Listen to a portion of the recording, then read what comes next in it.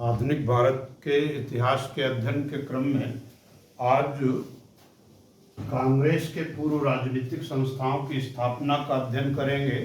परीक्षा की दृष्टि से अत्यंत उपयोगी है साथियों। और इसे जो है हम 3 प्रेसिडेंसी जो बंगाल, बम्बई और मद्रास प्रेसिडेंसी के अंतर्गत कांग्रेस के पूर्व जो राजनीतिक संस्थाएं स्थापित हुई थी उसका अध्ययन करेंगे और उसका क्या प्रभाव रहा, राष्ट्रीय आंदोलन में उनका क्या प्रभाव रहा, उसे भी समझने का प्रयास करेंगे। तो साथियों, सबसे पहले बंगाल प्रेसिडेंसी के अंतर्गत जो पहली राजनीतिक सभा, जिसे भारत की पहली राजनीतिक सभा कहते हैं, वो जमींदारी सभा है। ये 1838 में स्थापित हुई थी। इसे हम लैंड होल्डर्स सोसाइटी भी कहते हैं, लैंड होल्डर्स सोसाइटी। और इस सोसाइटी की स्थापना में जो सबसे महत्वपूर्ण योगदान दिया था वो द्वारिकानाथ टैगोर द्वारा इस संस्था में दिया गया था। यानी लैंड होल्डर्स सोसाइटी की स्थापना द्वारिकानाथ टैगोर ने की थी। और इस संस्था का उद्देश्य जमींदारों के हितों की सुरक्षा करना था। यानी जो लैंड होल्डर्स थे उनकी जो हित थे उसे सुरक्षित करना इसका उद्देश्य था। यानी सीमित उद्देश्यों को लेकर के ये संस्था स्थापित हुई थी। और इस संस्था से जुड़े एक थे प्रसन्न सेन ठाकुर। साथ में एक जो है लैंड होल्डर सोसाइटी की जो एक शाखा स्थापित की थी लंदन में, वो जो है जॉन क्रोफर्ड ने, एक अंग्रेज थे जिन्होंने लंदन में जमींदारों के हितों की सुरक्षा के लिए जमींदारी सभा की एक शाखा स्थापित करने का प्रयास किया था। और ये पीएस ठाकुर यानी प्रसन्न सेन ठाकुर इसके सचिव के रूप में कार्य कर रहे थे साथियों। दूसरी संस्था है Bengal British India society. Bengal British India society की स्थापना की थी जॉर्ज थॉमसन ने। जॉर्ज थॉमसन द्वारा स्थापित ये संस्था है।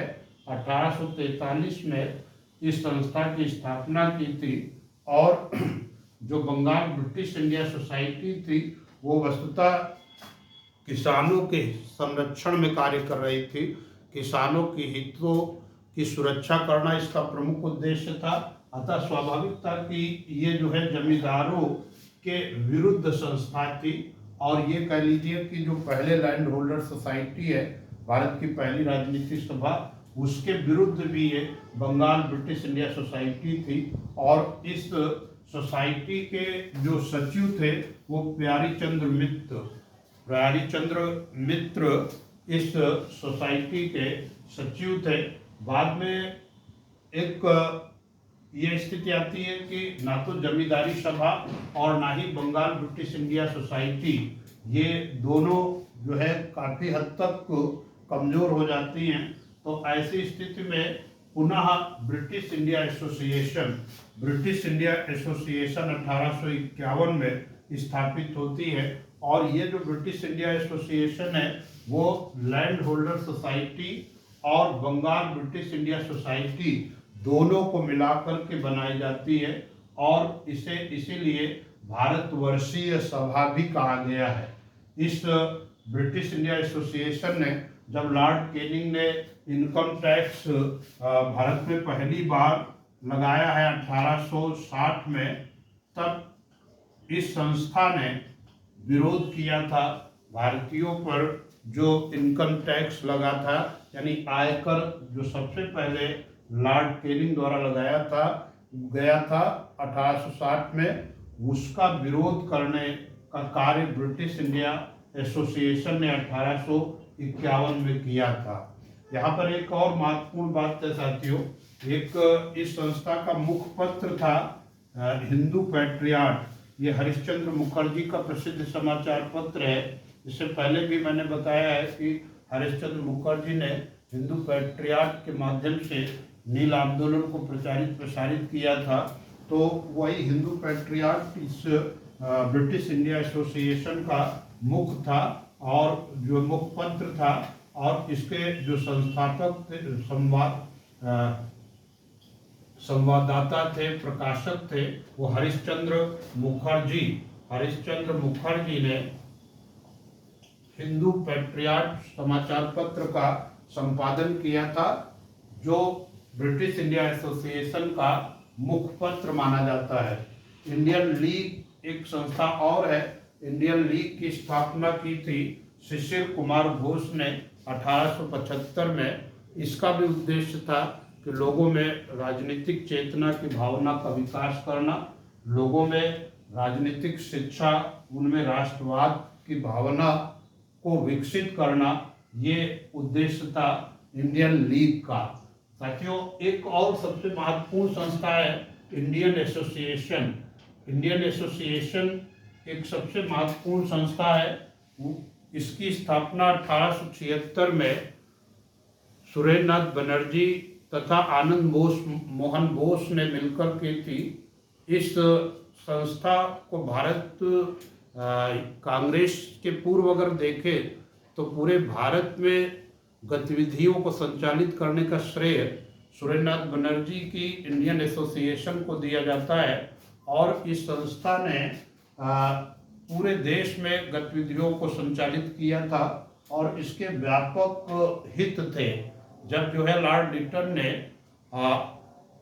आईसीएस परीक्षा में भारतीयों के शामिल होने की उम्र को 21 से घटाकर 19 कर दिया था, तो इसी संस्था यानी इंडियन एसोसिएशन ने व्यापक जनपद आंदोलन चलाया था और उसमें इन्होंने भारत के विभिन्न शहरों में सुरेंद्रनाथ बनर्जी ने बिल्कुल धूमकेतु की भांति भ्रमण करके लोगों को जागरूक किया था। तो और दूसरा ये था कि 1883 तथा 1885 में इंडियन एसोसिएशन के बैनर तले 2 राष्ट्रीय कॉन्फ्रेंस आयोजित की गई थी। और यही कारण है कि जब 28 दिसंबर 1885 को गोकुलदास तेजपाल संस्कृत पाठशाला बम्बई में कांग्रेस की स्थापना 72 प्रगतिशील सोच के नेता कर रहे थे, तो उस समय जो है सुरेंद्रनाथ बनर्जी जो राष्ट्र के प्रमुख नेता थे उस समय के, वो जो है 1885 में द्वितीय राष्ट्रीय कॉन्फ्रेंस का आयोजन कर रखा था। यही कारण है कि वो कांग्रेस के स्थापना अधिवेशन में भाग नहीं ले सके थे। तो ये भी साथियों कंपटीशन में बहुत पूछा जाता है कि वो आखिर क्यों नहीं भाग लिए थे। और यहाँ पर एक और मैं स्पष्ट कर देना चाहता हूँ कि सुरेंद्रनाथ बनर्जी भारत के तीसरे आईसीएस अधिकारी हैं। इंडियन सिविल सर्विसेज में सफलता पाने वाले तीसरे भारतीय हैं।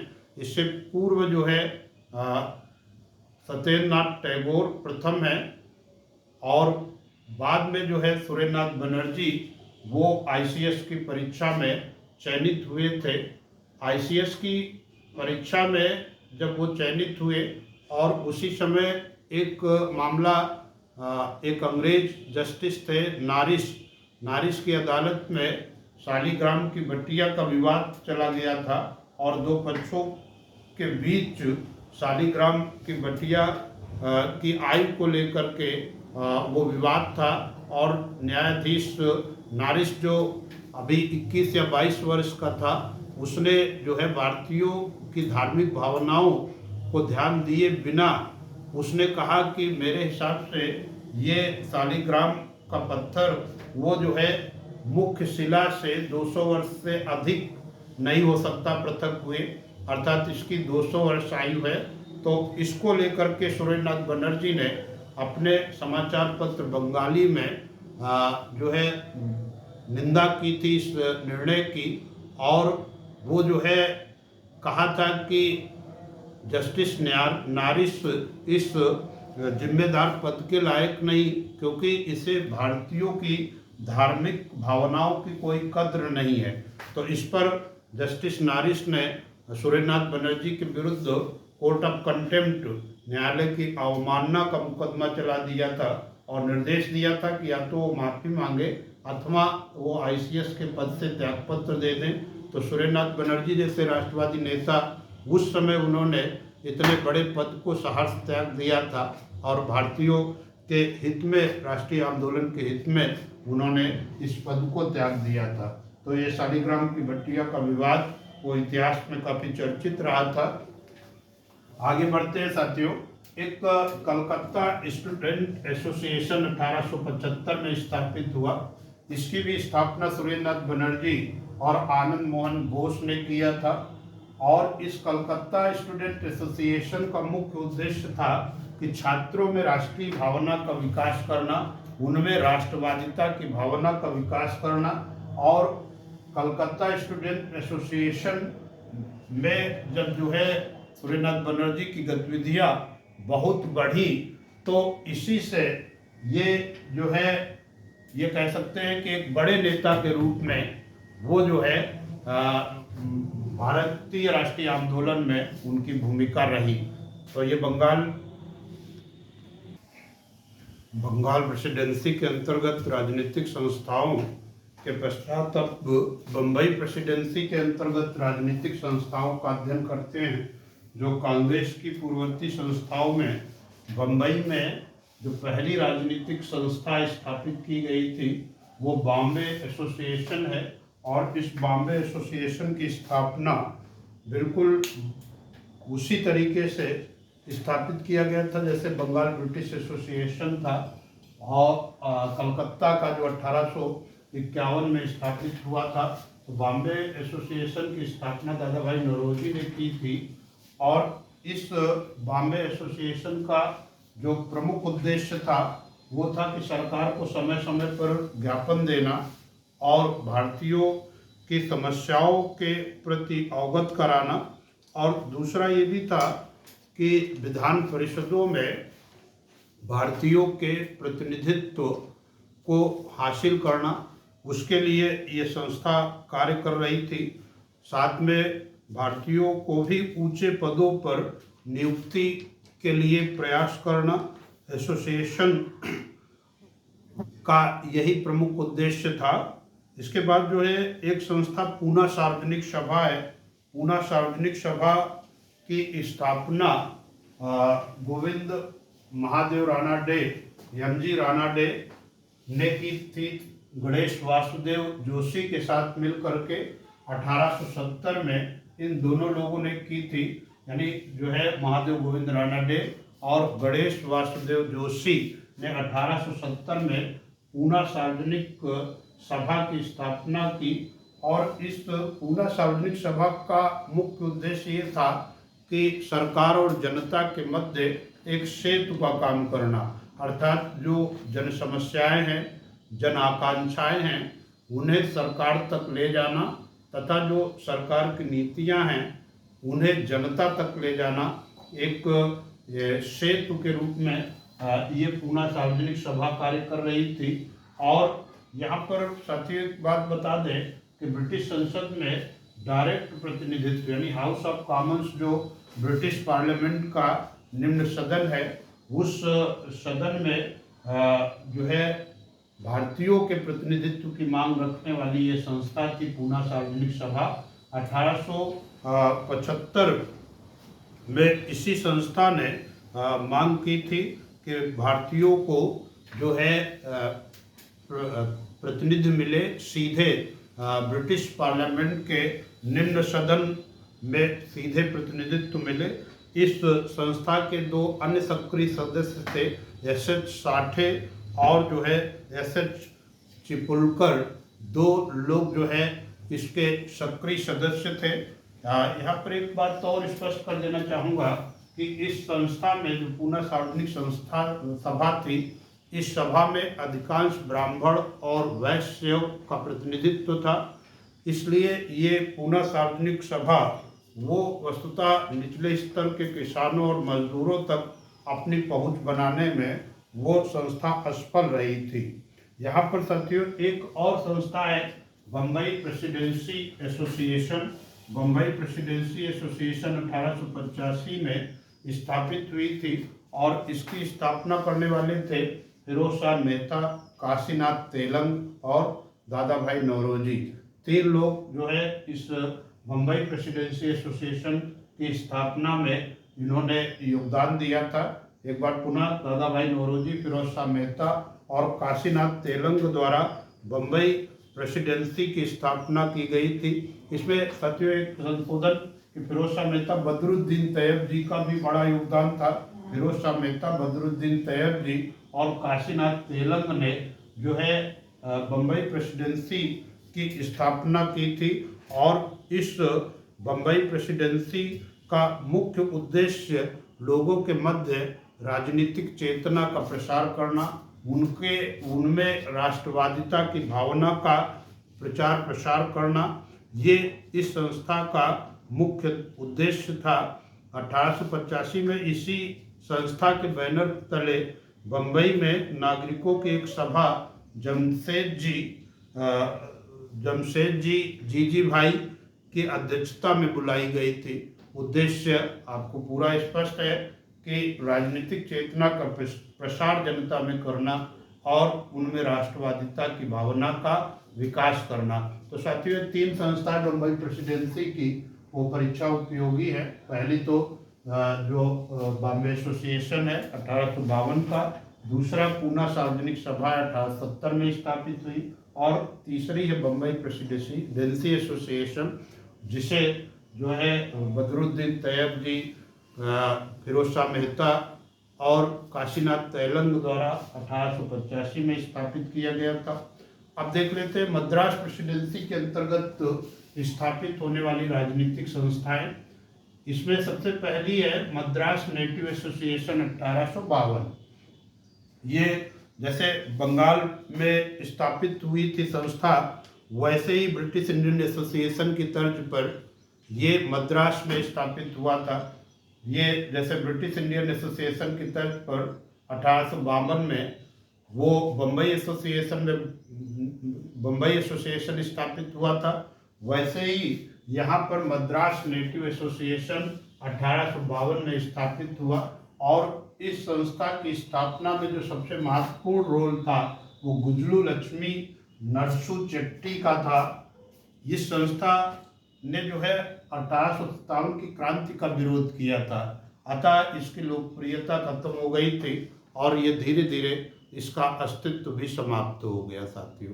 तो मद्रास नेटिव एसोसिएशन 1852 में स्थापित किया गुजलू लक्ष्मी नरसू चेट्टी ने, और बिल्कुल वो जो है बॉम्बे एसोसिएशन की तर्ज पर था या बंगाल इंडियन एसोसिएशन की तर्ज पर था। अगली संस्था है मद्रास प्रेसिडेंसी के अंतर्गत मद्रास महाजन सभा। 1884 में इसकी स्थापना 3 लोगों ने की थी, एम वीर राघवाचारी, जी सुब्रमण्यम अय्यर और पी आनंद चार्लू। एम वीर राघवाचारी, जी सुब्रमण्यम अय्यर और पी आनंद चार्लू द्वारा 1884 में इस संस्था की स्थापना की गई थी।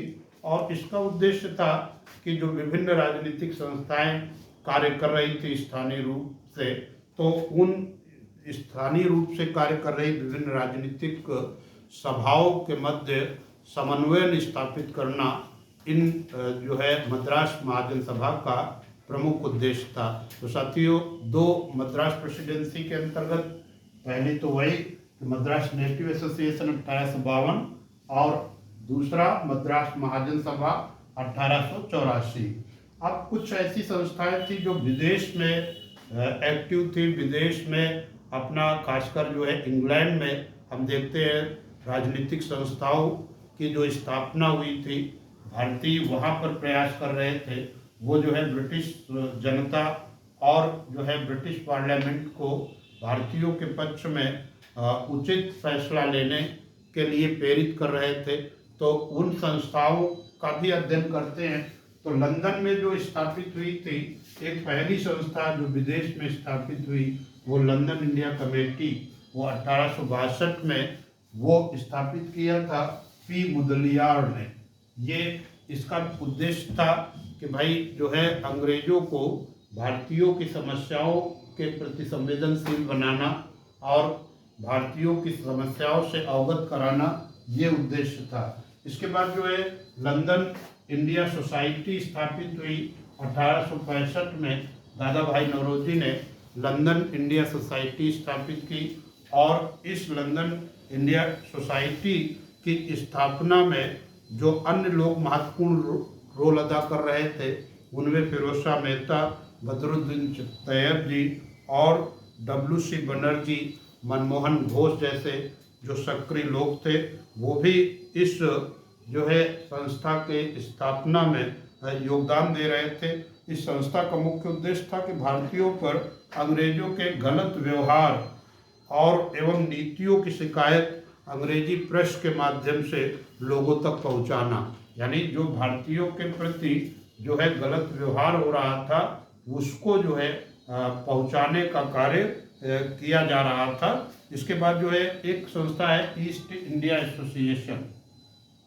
ईस्ट इंडिया एसोसिएशन की स्थापना 1866 में की गई थी और इसकी स्थापना में भी दादा भाई नौरोजी का विशेष योगदान था। और इसमें उद्देश्य ये था कि ब्रिटिश जनता और संसद को भारतीय मामलों से अवगत कराना और जो है ब्रिटिश संसद में भारतीयों के प्रतिनिधित्व की व्यवस्था करना। साथियों बता दूं कि दादा भाई नौरोजी पहले भारतीय हैं जिन्हें जो है ब्रिटिश संसद में प्रतिनिधित्व प्राप्त हुआ। सीधे हाउस ऑफ कॉमन्स में वो फिन्सबरी से निर्वाचित होने वाले पहले भारतीय सांसद थे। लिबरल पार्टी से उनका निर्वाचन हुआ था। ये महत्वपूर्ण बिंदु है। ब्रिटिश भारत में राजनीतिक संस्थाओं का उदय जो हुआ कांग्रेस के पूर्व, उसका अध्ययन किया गया बम्बई, कलकत्ता और जो है मद्रास प्रेसिडेंसी के अंतर्गत। इन पर साथियों कई प्रश्न आते हैं। कुछ प्रश्न आपसे भी साझा करते हैं जो अब तक प्रतियोगी परीक्षाओं में आए हैं।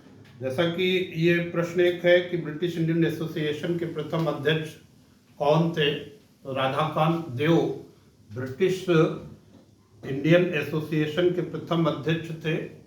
ये मैचिंग भी है सही IS 2017 का।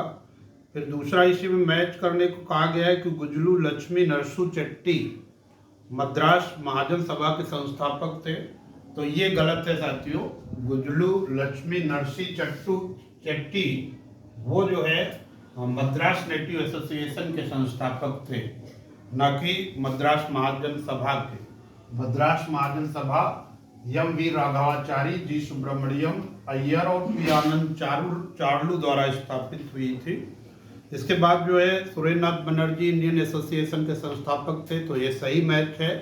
सुरेंद्रनाथ बनर्जी और आनंद मोहन बोस ने ही मिलकर के 1876 में इंडियन एसोसिएशन की स्थापना की थी।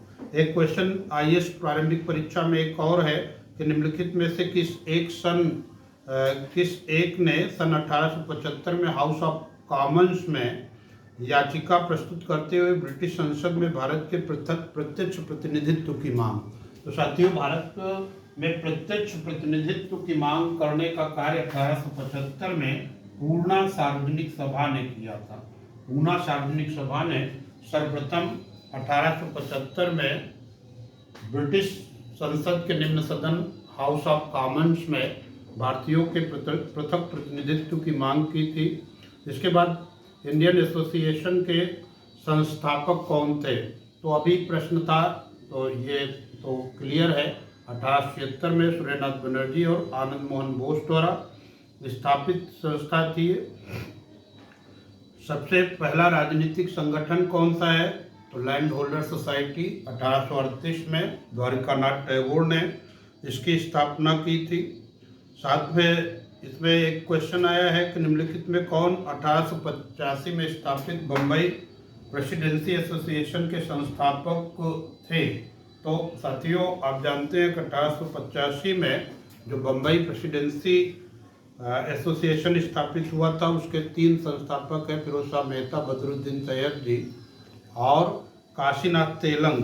तो इसमें फिरोज शाह मेहता है तो वही सही है। ये PCS मेंस 2016 का प्रश्न है।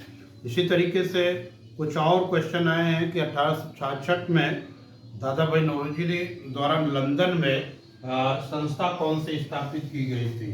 तो ईस्ट इंडिया एसोसिएशन 1866 में स्थापित किया गया था और इस संस्था का उद्देश्य ब्रिटिश जनता और संसद को भारतीय मामलों से अवगत कराना था। और आपको बता दूं कि जो है ये पहले व्यक्ति हैं, पहले भारतीय हैं जिन्होंने लिबरल पार्टी जो इंग्लैंड की थी उसके नेता के रूप में फिन्सबरी संसदीय क्षेत्र से चुनाव में प्रतिभाग किया था और विजयी हुए थे। यानी ब्रिटिश संसद में प्रथम निर्वाचित होने वाले सांसद के रूप में वो जो है दादा भाई नौरोजी ही हैं। तो साथियों, ये आज का जो हमारा टॉपिक समाप्त होता है। तब तक के लिए जय हिंद, जय भारत।